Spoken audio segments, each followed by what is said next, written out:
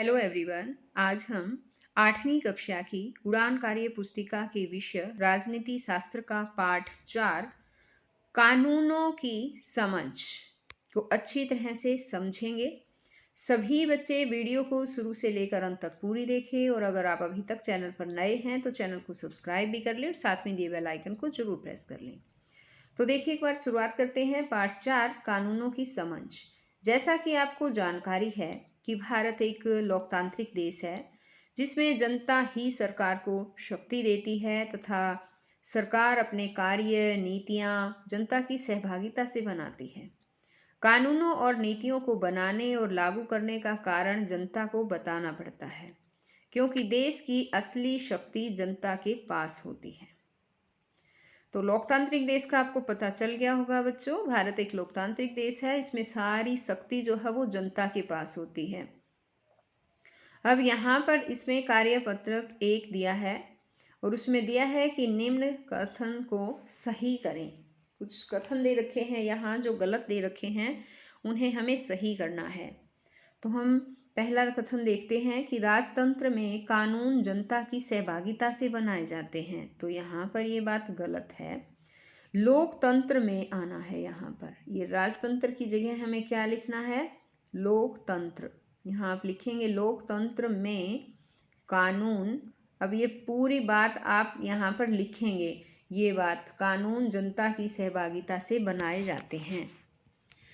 अब आगे है कि लोकतंत्र में कानून सबके ऊपर समान रूप से लागू नहीं होता। तो यहाँ पर लागू होता है, नहीं को काट देंगे।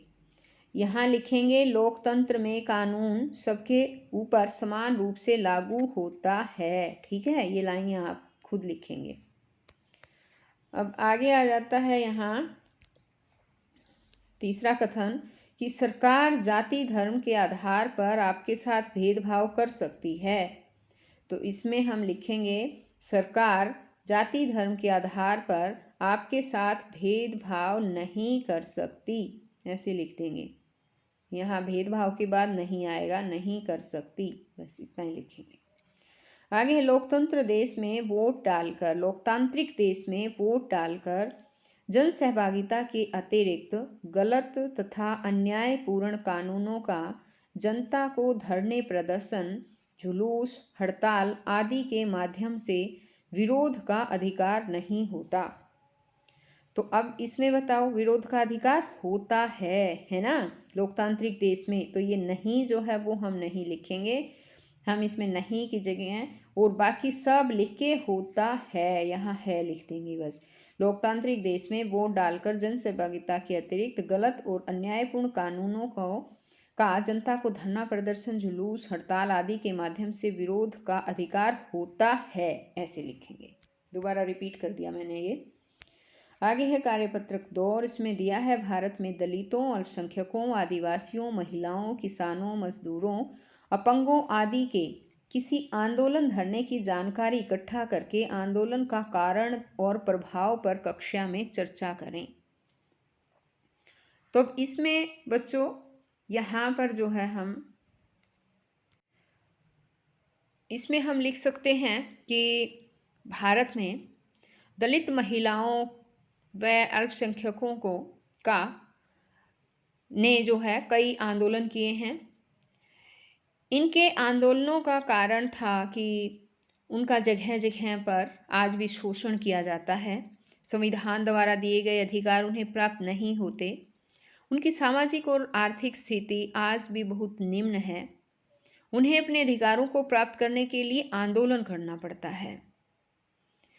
और इसका प्रभाव भी पूछा है इसने कि प्रभाव क्या पड़ा है। तो इन आंदोलनों के प्रभाव में हम लिख सकते हैं कि समय समय पर किए जाने वाले आंदोलनों से इन वंचित वर्गों को कुछ अपने अधिकार प्राप्त हुए हैं और इनका समाज में स्तर थोड़ा ऊंचा हुआ है, ये प्रभाव पड़ा है इनका। तो इस तरह से ये सारी बातें आपको लिखनी है। आप ये बातें मैंने जो बताई है वो सुनिए और उसे अपनी कॉपी में भी लिख सकते हैं। अब आगे है कार्यपत्रक 3 उचित मिलान करें।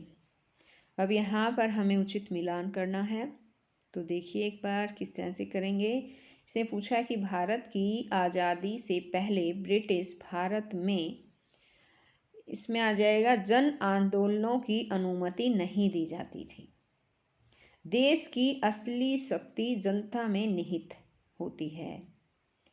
लोकतंत्र में कानून जनता की सहभागिता से बनते हैं। अगला है, आज़ाद भारत में जनता गलत नीतियों कानूनों का विरोध कर सकती है और कानून के शासन में बिना भेदभाव के कानून सभी पर समान रूप से लागू होता है। तो ये सब हमने मिलान कर दिया है। अब कार्यपत्रक 4 आ जाता है और उसमें कहा है कि युवा संसद प्रतियोगिता में भाग लेकर अथवा देखकर कानून निर्माण प्रक्रिया की गहरी समझ ले सकते हैं। तो बच्चों, समय समय पर आपके स्कूल में युवा संसद प्रतियोगिता होती होगी, उसमें आपको भाग लेना है और ये जानकारी लेनी है कि सांसद क्या होते हैं, कानून निर्माण कैसे होता है। अब आगे देखते हैं। आगे यहाँ पर तो पाठ 5 जो है वो शुरू हो गया है। 5 और 6 दे रखा है, हमारी आपराधिक न्याय प्रणाली। तो ये पाठ तो हम नेक्स्ट वीडियो में समझेंगे बच्चों। ये वीडियो ख़त्म करने से पहले एक और बात कहना चाहती हूँ मैं आपसे कि अगर आप अभी तक मेरे चैनल पर नए हैं, चैनल को सब्सक्राइब नहीं किया है, तो मेरे चैनल को सब्सक्राइब भी कर लें और साथ में दिए बेल आइकन को ज़रूर प्रेस कर लें, ताकि आगे से और जो मैं नई वीडियो डालूँ उसका नोटिफिकेशन आपके पास आ जाए और मेरी वीडियो आपके पास सबसे पहले पहुंच सके। तो बच्चों, फिर मिलेंगे हम नई वीडियो में नए चैप्टर के साथ। तब तक के लिए बाय।